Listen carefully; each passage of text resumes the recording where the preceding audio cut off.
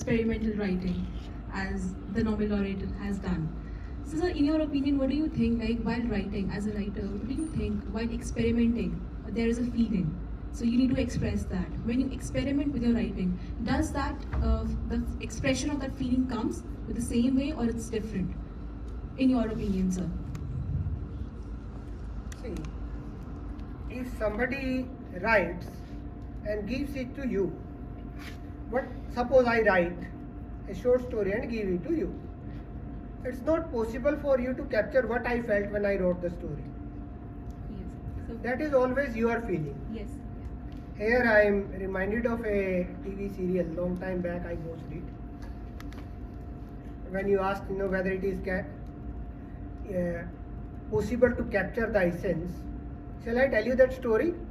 Well, I will tell you very briefly. It's the story of a Babaji. You know the Satta numbers. So every evening Babaji tells the Satta number. So that day Babaji was quite irritated, but the follower comes and asks, Babaji, please tell me today's Satta number. Babaji was very irritated. He did not want to speak at all. But he was so insistent, Babaji got angry and he slapped him. He said, Babaji, I got the number. He went and played 5 number. Next day, the 4 number came. He said, no, I was badly mistaken and Babaji slapped me. The thumb did not touch. Only the 4 fingers touched. So, there is always a gap. What one intends and what another one receives. This is a huge gap. But why do we not feel that gap?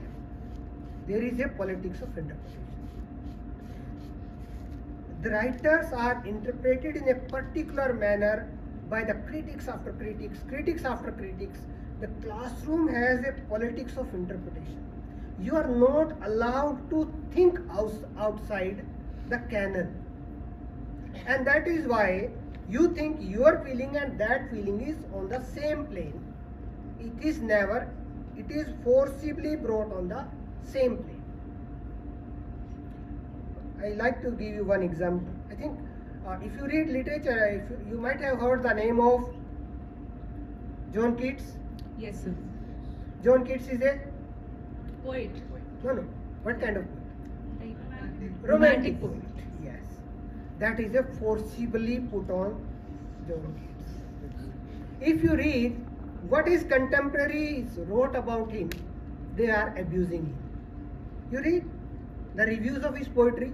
He was called effeminate for writing that kind of poetry. He was not called a romantic poet in his own times. It was later on he was called a romantic poet. He is not a romantic poet, he is an anti-establishment poet in many ways. For example, if you read his Ode to Autumn, in this poem he talks about a gleaner who is having his head high. 2 years before this poem was written, a law was passed in England. According to that law, gleaning was a crime. If a criminal is a hero, gleaner is a hero, and gleaning is a crime, it means a criminal is a hero in Ode to Autumn. Then what he is doing? He is challenging the government. If you read his personal letters, whenever he used to send, they were opened in the post office and then read and then sealed and then dispatched. Spying was there also. That time also it was there. Some people say, कुछ भी नहीं बदला यारो जमाने में, सिर्फ साज बदले हैं, धुन वही पुरानी. Same thing is there at that time also. Same thing is happening. And if you ask me how to describe any poet, again I will like to use a few lines from a poet in Hindi. कहना मुश्किल है, न कहना आसान. कहते चले जाना न कहने जैसा है और काफी आसान है. So my personal parameter to judge any writer is this. Any other question? Thank you, sir. Thank you so much.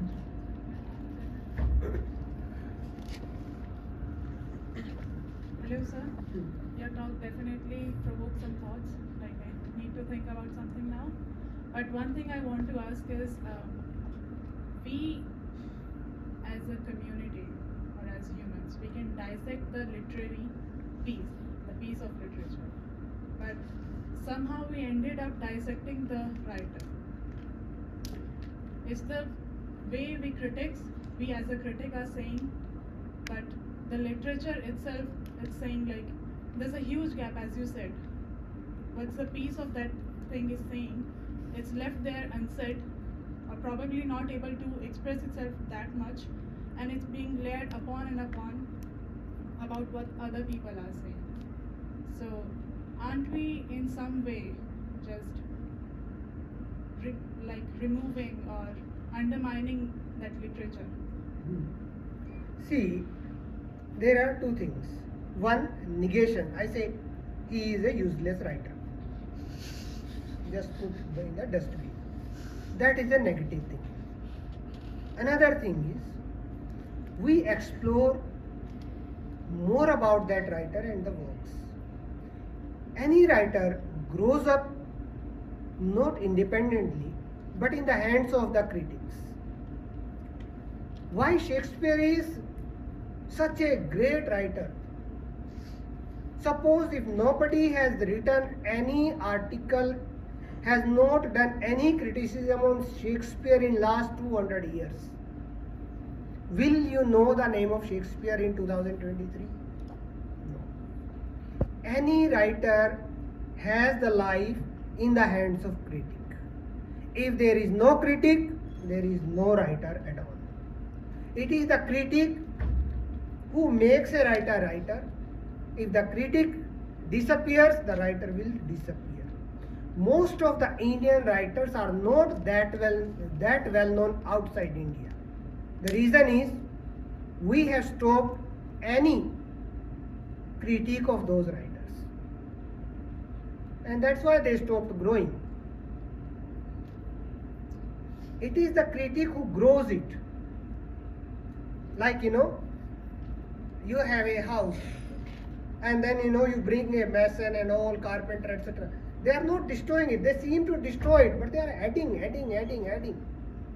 We are adding everything. Somebody comes up, in Hamlet. Okay, Hamlet is carrying a small parchment tablet, so it's related to digital humanities. Somebody talks about psychology, somebody talks about sociology, somebody talks about philosophy, somebody talks about gender, somebody criticizes him, somebody praises him, but every comment adds to Shakespeare, and now Shakespeare is growing and growing.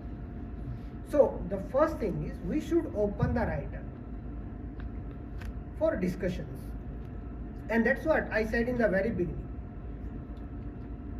The major work on Yun Fossa also lies not with me, but with the people who will write research articles in coming 1 year or 2 years or 3 years, 5 years. They will write books and they will canonize him. If nobody writes, he will not be canonized. Just now I gave you the example of Margaret Atwood. She did not get Nobel Prize. She is still growing because more people are writing about her. Another woman writer from Canada who got Nobel Prize, nobody knows her because people are not writing articles. No critic is available on her. So the critic is the, you can say the manure where, or the land where the writer grows. If the critic disappears, no writer on this earth can survive. As a writer, okay, as a religion one can survive. Thank you, sir. Sir, I have a personal question. Who is your favorite Indian writer? What made you to like him or her? See, I don't have any favorite writer. Whenever I find while reading any writer, when I find something where I can do my critic's work, that becomes my favorite. Okay. Like you are an architect. You come to this hall. If you see, you can add a few things. The hall becomes your favorite place. If you see you can't do anything, then you leave the hall. So my job is just like that. While reading, if I think, okay, I can do something, that becomes favorite. Like, I mentioned Shakespeare many times. In my college days, I did not like Shakespeare because I couldn't do anything with Shakespeare. The moment I was able to add something, I started liking. So as a critic, if I am not able to add something, then I am helpless. If I am able to do something, I start liking. Whether the writer is a minor writer or major writer, that doesn't make any difference to me.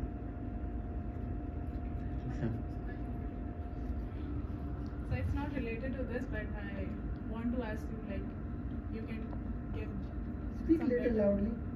You can give some more thoughts on this. So, few writers, like I would say Virginia Woolf, her few piece of literature are tagged as experimental writings, her experimental writings, and there are few famous ones through which she was known how she is now. So one of it is Jacob's Room, right? And I personally believe that it's that novel of her that brought the best out of her, because the expressions and what she wants to say, it was in that novel that builds up later on what novels came after that. So how as a critic are we defining that experimental work and then those exceptional works that we are saying of a writer? Okay. To this problem, I will like to go back to 1920s. In the 20th century, John Donne was a forgotten name. It was T.S. Eliot who worked on John Donne, and after that, John Donne became a mainstream poet. So it is the power of the critic to canonize the writer. If you think Jacob's Room is her best work, you come up with a book. If that book clicks, that novel will be established. If that does not click, it will not be established. Actually, as I told you, it is the hard work of the critics that establishes the authors. If you don't get very good critics, if you are a writer, if you don't get very good critics, you are not established. This is the basic thing. If you think, okay, you have every right to think, you can go ahead, you write a book, publish it, and see. This is the only way. If I think, no, I like this particular thing, then I should write about it, publish it, and then see how many people like it. Otherwise, how people will like? How people will come to know? If the critics are silent, the writers will not be speaking at all. Any other question? Thank you, sir.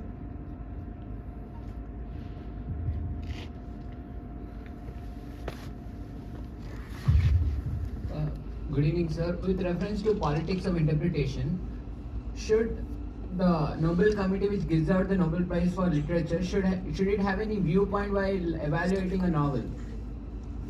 Because there will be many people when, for example, John Foss has got a Nobel Prize.